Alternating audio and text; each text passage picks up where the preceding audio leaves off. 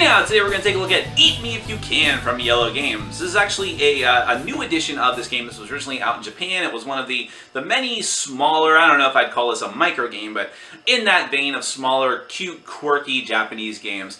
This is a game that's kind of like a spin on the old Little Red Riding Hood tale. So you're going to shuffle up all these character cards and deal them out to the players, and depending on the number of players, different roles will be in play, but some of the players will be the three little pigs. One of the players will be like, I don't know, there's actually locations with characters in them. So some of them will be the three little pigs with their houses. One of them will be a barn full of what they call the kids, which are like baby goats. One of them will be Little Red Riding Hood and grandmother at their house themselves.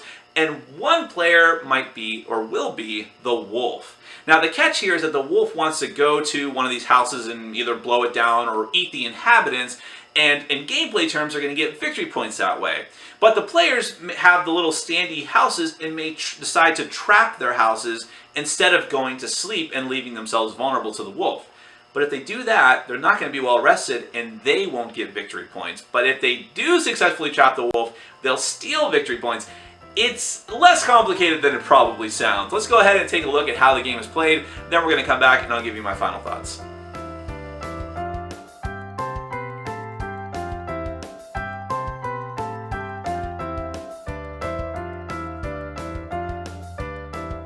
Alright, I'm going to give you a brief run through of Eat Me If You Can. This is a competitive game for 3 to 6 players. The goal is to be the first person to get to 10 or more points, which will usually mean that you win the game. As soon as someone gets to 10 points, it ends the game. Whoever has the most points at that point is the winner, but it is possible that there can be a tie. Ties are going to be broken by whoever is the main player at that time, which I'll get back to in a second, or anyone that is closest to whoever is the wolf player in clockwise order. Now I keep talking about all these different main players and wolves and all that, and that's because there's different roles in this game. At the beginning of the game, each player is going to be randomly dealt out one of these cards, which corresponds to all these different houses or the wolf character piece. So the different characters are from the Red Riding Hood and Three Little Pigs fairy tales kind of mashed up together. So here's one of the Three Little Pigs, the one who made his house of brick. You'll notice there's a 1 victory points token up here, or symbol up here at the top, so this is worth 1 victory point. I'll get back to that in a second. On the other side, the same thing is on the back of all these different standees except for the wolf, of course, and that is this little dial thing which you'll have to construct. If the arrow is pointing up at the top, that means that it's sleeping. At the bottom, that means a trap has been set for the wolf. Let me get back to that in a second. I'll just show you the rest of these because the artwork is really cool. Sometimes they do fall over pretty easily. Here's the little pig who made his house of straw. Here, let's pick that up. The little pig who made his house out of wood. Here is, oh man, they always fall over. Red Riding Hood, and at Grandma's house, you'll see that this one is 2 points instead of 1 point. And lastly, you have the big 3-point house, which is actually the kids. In other words, they're little goat babies here, a bunch of them, and that is a 3-pointer. The reason why that is worth the most points is that obviously the wolf is going to be going to one of these houses and trying to eat whoever the current resident is. So a barn full of goats sounds really good. Here's the wolf token, by the way. You'll notice that there's nothing on the back side of that one. Then you have all these victory point chips here. They're just 1 and 5 on the other side.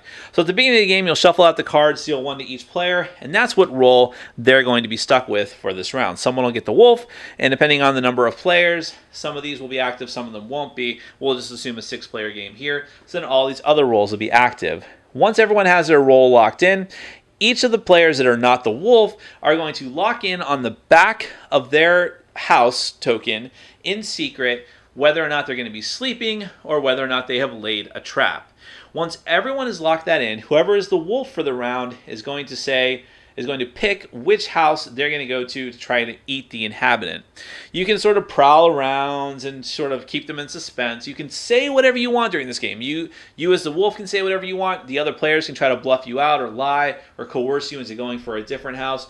All of these different things. But ultimately the wolf will decide on a house to go to, and that's when the magic happens. Now, the wolf and the player that he has targeted are the main players here, and that player is going to flip over their house and just show what they picked on the other side. Now, if they picked that they were sleeping, at that point the wolf has caught you off guard, and the wolf is going to make you lose a point, and then the wolf gains a point from the bank. That's an important distinction. You're not really stealing points in this game. Instead, you always either give points back to the bank or you take points from the bank. So in the first round, it's not really that bad to be eaten by the wolf, quote unquote, but the wolf will still get points from the bank even if you don't have any. Now, if the player instead had chosen to trap his house that round, and the wolf chose that player, well, then the wolf has to give up points. If the wolf had points, he would have to give up however many points are on the house back to the bank, and then that player who had the house that successfully trapped it would take that many points, whatever is on their house, and put it and take it for themselves instead. But after that has happened, every other player in the game reveals what they chose on the back of their standee as well. If they chose to set a trap for the wolf, but of course the wolf didn't choose them, they get nothing. They were too cautious, the wolf didn't choose them, so they get nothing as a reward.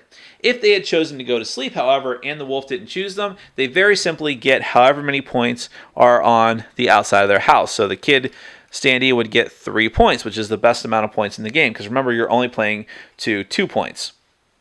And after that happens, whoever lost points in the main exchange between the wolf and a house, whether it's the wolf player or the house player, they're going to take all the character cards and they're going to distribute them however they see fit for the next round. They can say, you know what, I do not want to be the wolf again, so you're going to be the wolf this time. And you have too many points, so I'm going to give you one of the 3 little pigs, which is only worth 1 point. So even if you're successful next round, you're only going to get 1 point.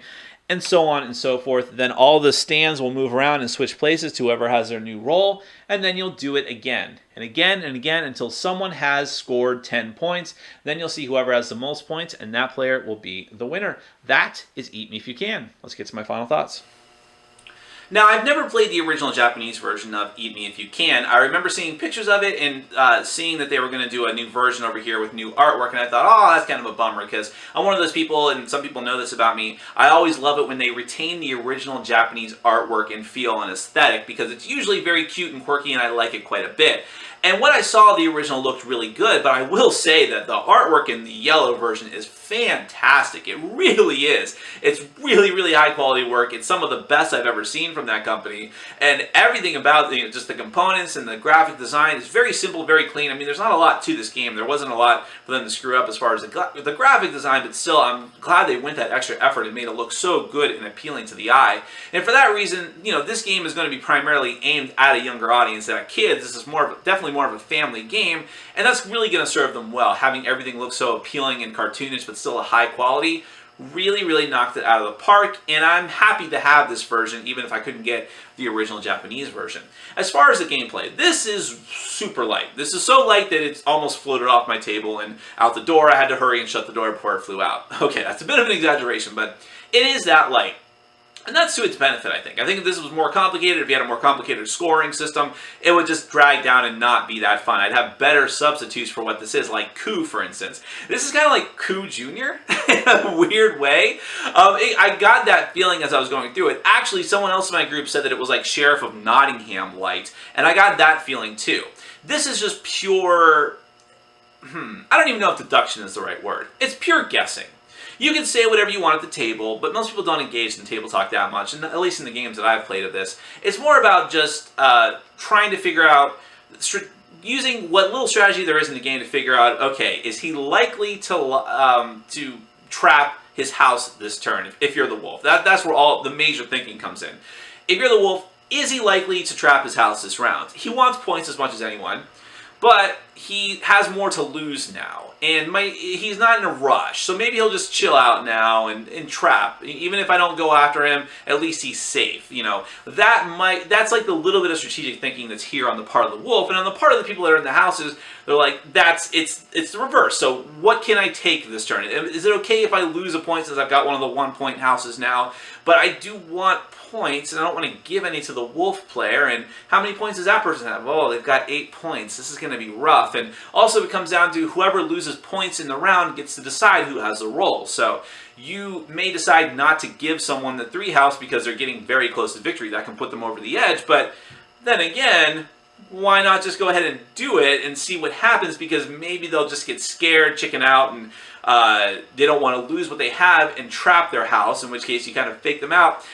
That's kind of how this game is. It's just pure bluffing, lying, guessing, trying to figure out what people have, but being prepared for the consequences, because at the end of it all, it's sometimes just a crapshoot. That sounds awful in some ways, I know. There's going to be people that don't like it for that reason, because it is just so light and so random in some ways. But we still enjoyed it. I think because it's so light and fast, and because it's fun, and because it's kind of aesthetically pleasing, and because it's like, aha, gotcha moments, that is kind of where the enjoyment of this game comes in. And I can actually see this staying in my collection for quite a bit because it is so unique, and because it is a lighter version of those other bluffing negotiation games that I mentioned before.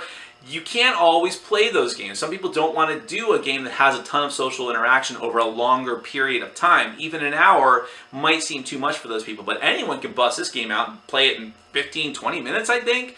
I mean, sometimes if you play with a full complement of players, we found that it went a little bit longer, but even so, it was not too bad. So I liked it quite a bit. I think it's going to be a good hit with kids because, there is some take that kind of feeling to it, like someone could easily just kind of get, I'll say it, they could just get screwed if they're just if they're trying to play it safe and they're picking traps every time but they're never picked, or if they just decide, well, he's not going to pick me again this round, and he gets picked again while you're trying to sleep, and you get your points taken. That can be frustrating. I can see that being frustrating for little kids, but really I think this is going to be a great all-ages type game. It's got a pretty harmless theme, but a very fun aesthetic to it. Really looks great and plays fast and just feels like a very cool, sleek game. That is Eat Me If You Can from Yellow Games. I quite like it.